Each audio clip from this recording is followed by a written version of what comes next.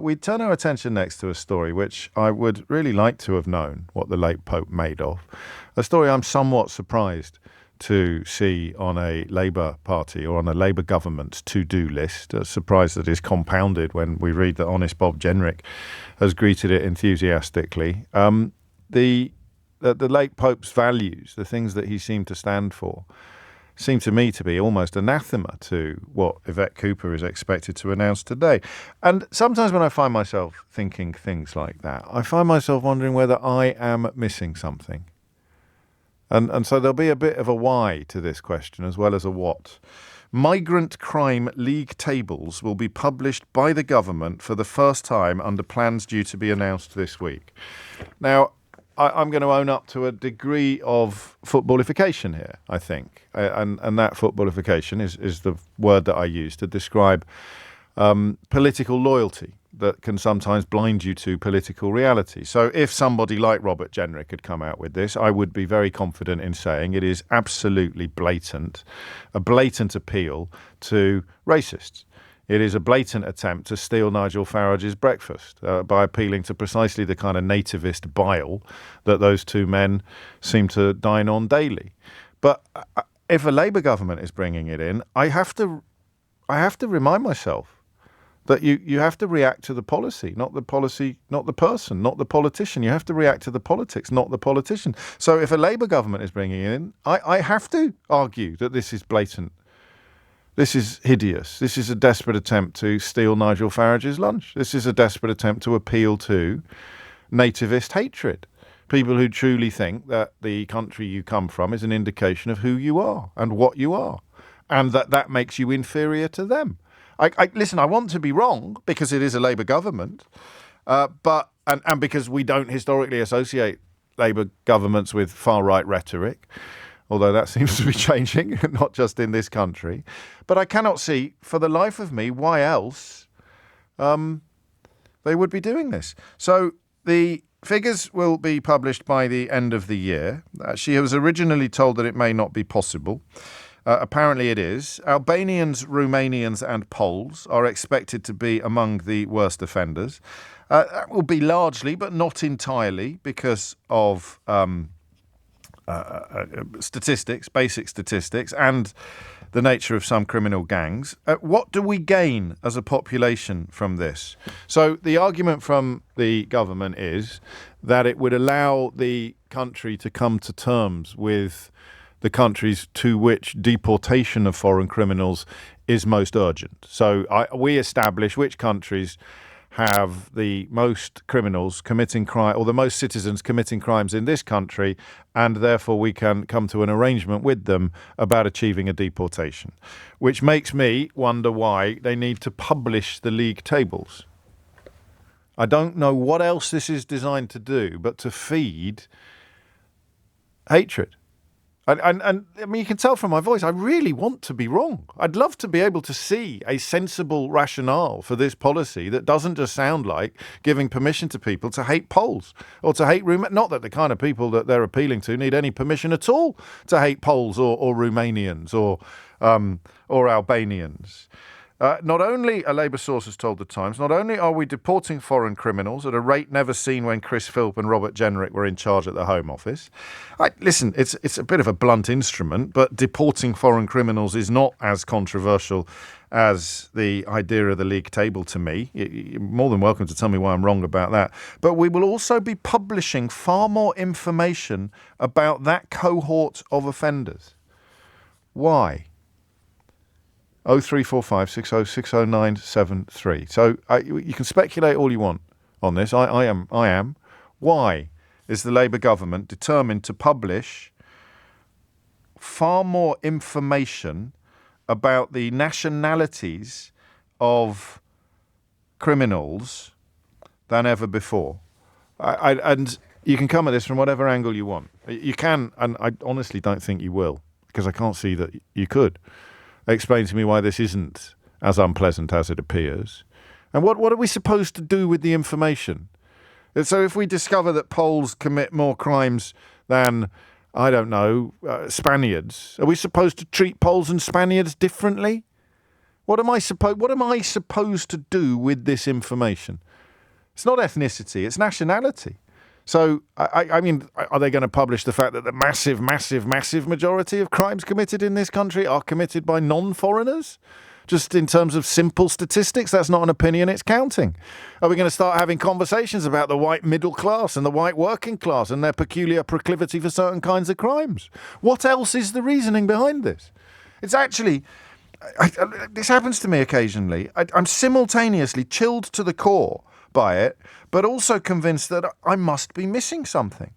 Politicians return to Parliament today after the Easter recess. The announcement is expected to be made today. The question I want you to answer is this. Why are they doing it? 0345 6060 973. Why do you think they are doing it? Okay? Because for the life of me, I cannot see what the benefit will be. To discover that Albanians, Romanians and Poles, as is already widely accepted, are going to be among the worst offenders in this country helps us do what? Isabel and a couple of you are being very glass half full on this one and suggesting that it will actually show what a small percentage of crime is committed by immigrants. Well, yes, that's also true, but it doesn't explain why you need the league table. They could just tell us repeatedly about the proportion or the percentage of crime that is committed by British citizens and set it up against the percentage of crime that is committed by non-British citizens. You bring poverty into the equation and it's likely that there's going to be a higher incidence of crime among the poorest parts of the population. Do we know what star sign? Is that? I'm going to Google it. Is there a star sign that's particularly prone to criminality? How would you phrase the question? Or do we need to ask ChatGPT this one? Is any star sign more criminal? That's not best phrase. Let me have a look. Zodiac signs most likely to become criminals. I've got it. Librans. Libran. Are you a Libran? Any Librans in the house?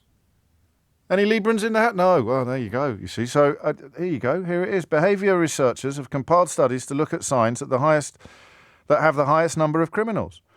Listen. It may not be entirely kosher, this research, but it matters. Apparently, it's important to work out. Sagittarius, mostly optimistic. Libra. This sign has the most criminal records and is usually well armed and highly dangerous.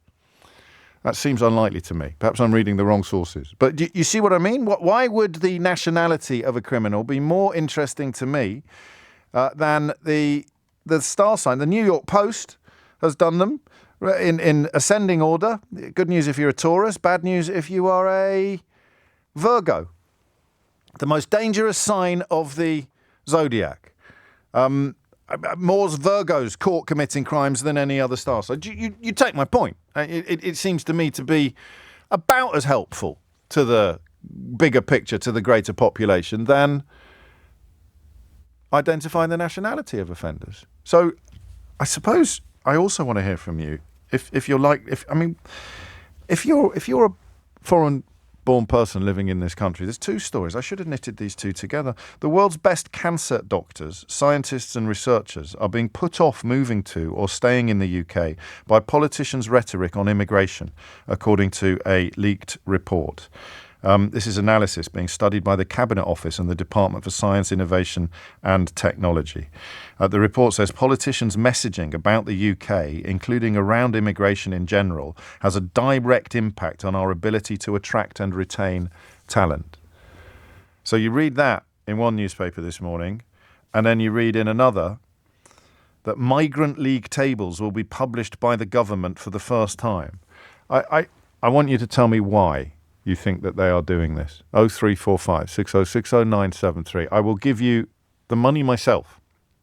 As the great Les Dennis famously said, if you can make it sound like a good idea, if you could just make it sound less ugly than it initially sounds, I'll take my medicine on footballification. I don't think I'd be asking, maybe I'm being a bit unfair on myself, maybe I would be asking this question if it was being brought in by let's say a Rishi Sunak or a John Major. If it was being brought in by an honest Bob Jenrick or a Nigel Farage, I'd be in no doubt whatsoever about what it was designed to do. And maybe the design is the same. Maybe it is an attempt to move into this far-right nativist territory, whereby they're enforcing all the Twitter accounts that think that your ethnicity or your nationality or your religion, of course, or your gender is an indication of your likelihood to commit certain crimes.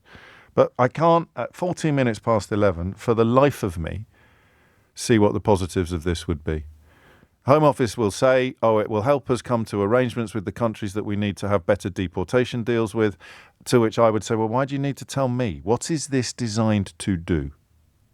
And that is my question to you. What do you think this is designed to do? Because it can't be designed to do the thing they say that it's designed to do, because they could do that without publishing the details, without releasing the details.